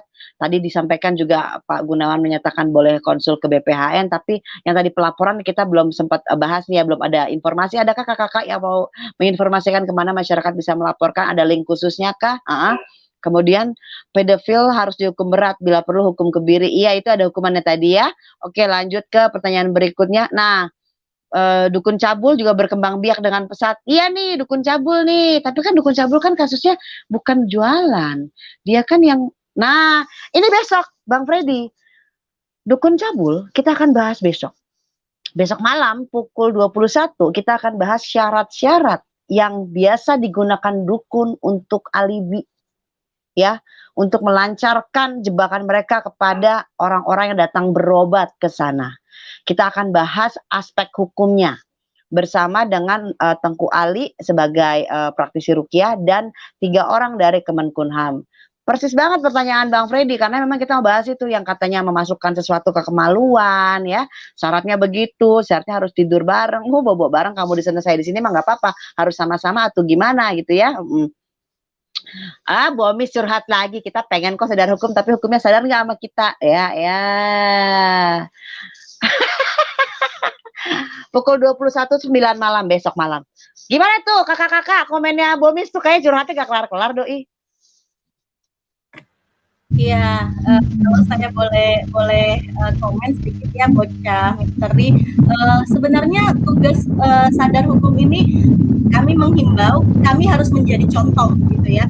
Saya juga kemarin sempat telat untuk vaksin karena saya sakit gitu ya. Saya rasanya susah sekali untuk ngajak masyarakat vaksin. Akhirnya saya sudah sehat dan bisa vaksin, baru nyaman untuk menyampaikan itu ya. Mudah-mudahan doakan kami seluruh Indonesia penyuluh hukum bisa taat hukum duluan dan menjadi contoh untuk masyarakat banyak begitu ya. Jadi sama-sama sadar, sama ketika kita bicara tentang saber pungli, tim saber pungli atau sapunya itu bersih nggak? Kalau sapunya juga nggak bersih ya tempatnya kotor lagi. Ya ini menjadi tugas berat kami. Sepakat mudah-mudahan semua penyuluh hukum dengan bimbingan BPHN bisa menuntun kami untuk menjadi penyuluh yang bisa menjadi suri tauladan untuk masyarakatnya. Doakan kami, mudah-mudahan kami bisa punya integritas dan melakukan itu.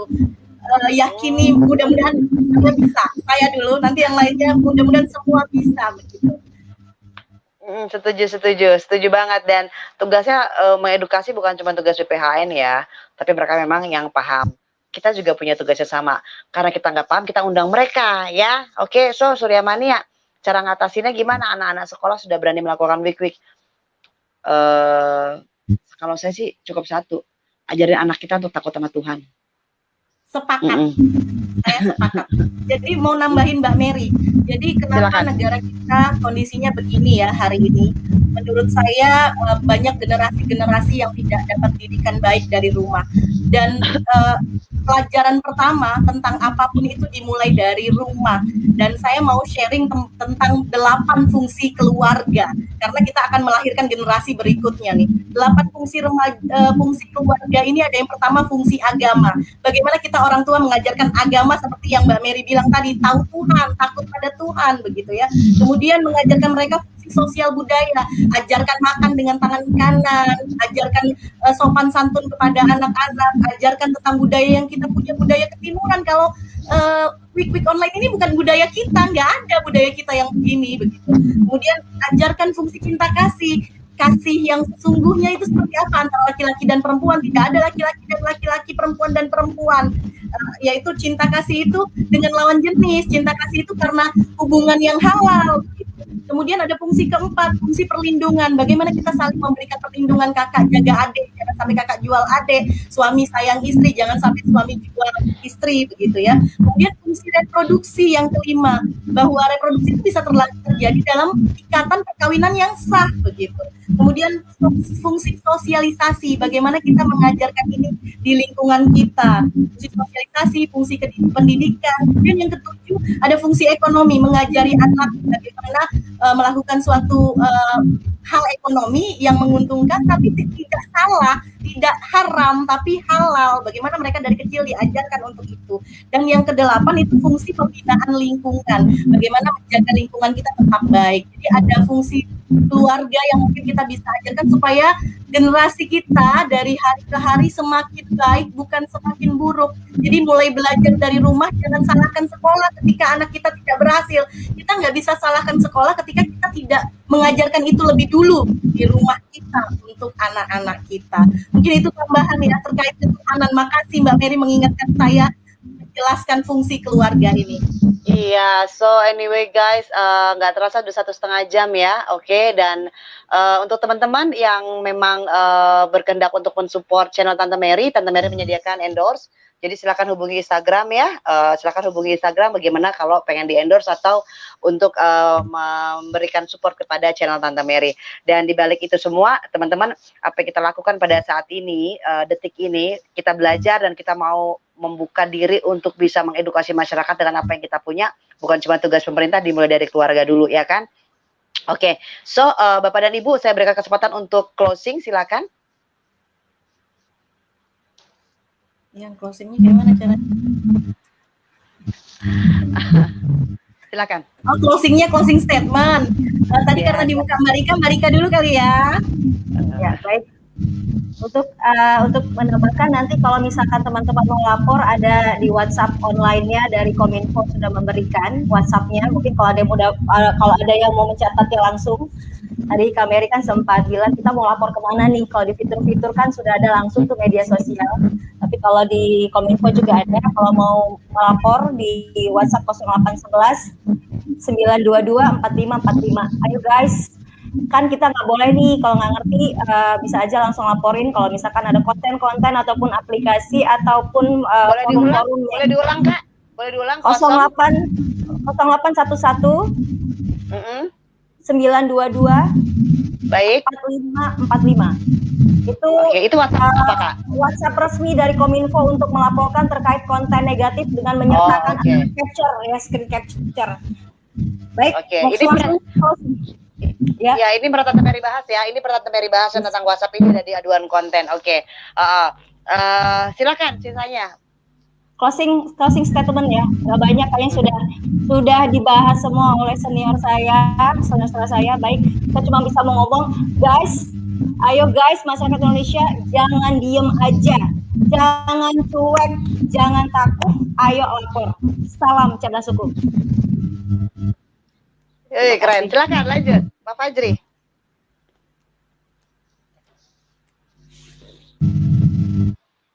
Silakan.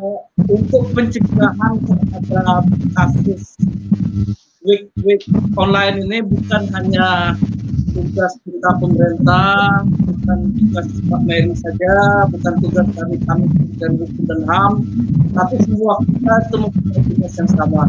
Kita dari Kementerian Hukum dan HAM melalui BPAN dan kami sebagai para penyuluh yang di kantor wilayah ini sebagai perpanjangan tangan dari BPAN, walaupun belum semaksimal mungkin melakukan edukasi kepada masyarakat, tapi kami sudah melakukan perbuatan seperti itu, sudah berbuat datang ke sekolah, tetapi para pelajar-pelajar tadi sudah disampaikan oleh Mbak Siska, kan bukan hanya menyangkut masalah week-weeking saja, masalah narkoba, masalah penakalan remaja yang lainnya, masalah bully dan sebagainya, kita sampaikan ke masyarakat, kepada pelajar di sekolah juga.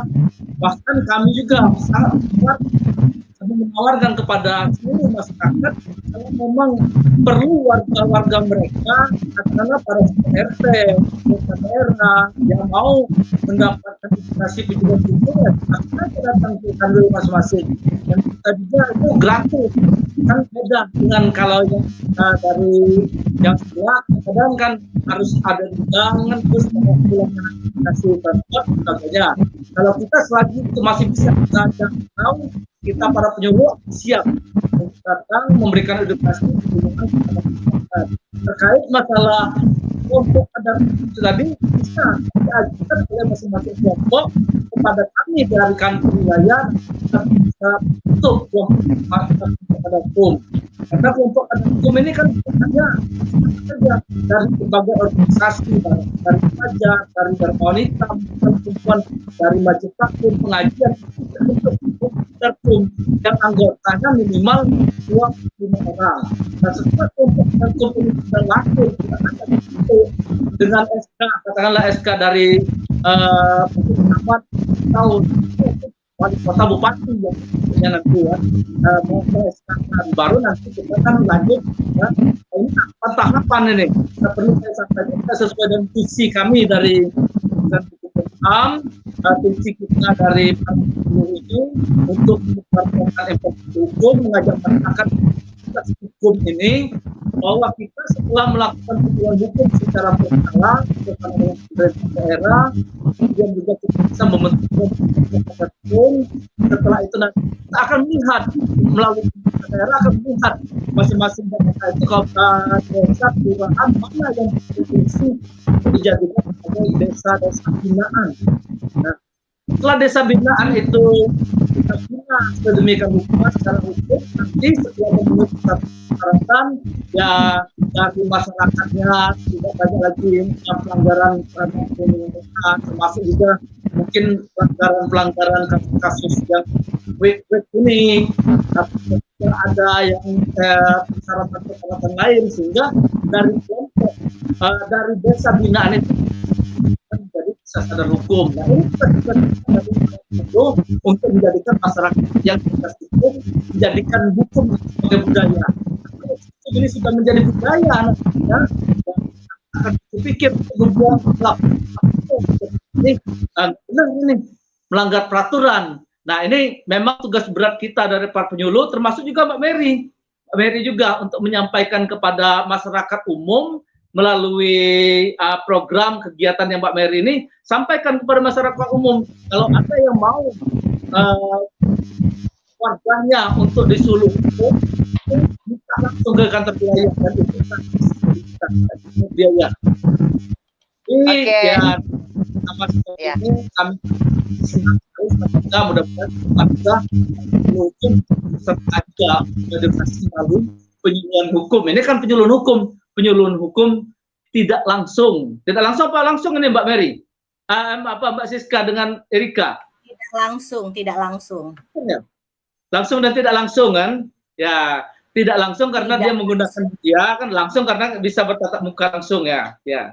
Itu ya Mbak Mary, makasih ya. Oke, terima kasih Pak Fajri. Lanjut Mbak Siska, kita kejar-kejaran sama baterai. Oke, terima kasih closing statement dari saya. Hari ini dunia dalam genggaman. Ini yang nonton semua masyarakat cerdas teknologi semua, karena bisa menggunakan teknologi ini. Harapan saya kepada seluruh masyarakat, jadilah masyarakat yang cerdas menggunakan teknologi. Bukan hanya gunakan teknologi untuk quick tadi atau yang kiri-kiri. Ayo gunakan untuk mempelajari aturan-aturan negara supaya kita sama-sama bisa mengajari, sama-sama bisa berbagi apa yang kita tahu, kemudian berkonsultasi dengan pihak-pihak yang tepat dan bisa menegakkan hukum di negara kita ini. Dunia dalam genggaman, mari kita gunakan kecanggihan teknologi ini untuk menambah kedisiplinan, kesadaran hukum di negara kita. Kalau kita berharap keadilan menjadi sesuatu yang bisa ditegakkan di negara kita, maka mulailah dari diri kita sendiri, mulai dari hari ini, mulai dari hal yang kecil. Semoga bisa ketemu lain kali dan banyak hal yang bisa dipelajari dan pertanyaan-pertanyaan luar biasa yang kami temui. Mudah-mudahan kami juga semakin bisa belajar melihat lagi aturan-aturan untuk bisa memberikan masukan kepada pemerintah mana aturan yang dibutuhkan hari ini, termasuk untuk mempercepat lahirnya Kitab Undang-Undang Hukum Pidana Indonesia yang terbaru. Terima kasih Mbak Mary. Keren banget loh guys ternyata ya, dan inilah kenapa edukasi atau penyuluhan kepada kita ini penting, supaya kita tahu tentang sampaikan bahwa ada rancangan undang-undang yang baru agar kita lebih aware, kita lebih punya keterlibatan dari masyarakat untuk bisa membantu pemerintah terhadap pasal-pasal yang sekiranya memang tidak memberikan efek jera ya. So guys, Tante Mary mengucapkan terima kasih yang sangat kepada Bapak dan Ibu yang sudah hadir memberikan pencerahan kepada kami semua ya. 2.700 orang yang nolak blending semua telah hadir tersisa ini. Namun Tante Mary yakin yang reply akan sangat banyak, dan jangan lupa besok malam pukul 21 kita akan bahas tentang syarat-syarat yang biasa dipakai oleh dukun gitu ya, untuk melancarkan aksi-aksinya dalam menipu kalian dan aspek hukumnya. So stay tune tomorrow, dan jangan lupa pendapat, kesan, dan pesan bisa dikirim ke Instagram Tante Mary atau ke email manajemen ya. 2 juta keles, yo berharap 2 juta yang hadir. Oke, dan kalau ditanyakan tentang Mungkin kita akan bikin sesi lagi nih teman-teman ngebahas Big Big karena mungkin belum selesai. Tapi kalau tadi dibahas kenapa banyak kan yang dengan jubah tertentu yang melakukan itu ya, itu mungkin preferensi seseorang biasanya menutupi sebuah keburukan dengan apa yang tampak baik ya. Ya. Ya, IG saya Mary Kristuti Channel kalau nggak salah.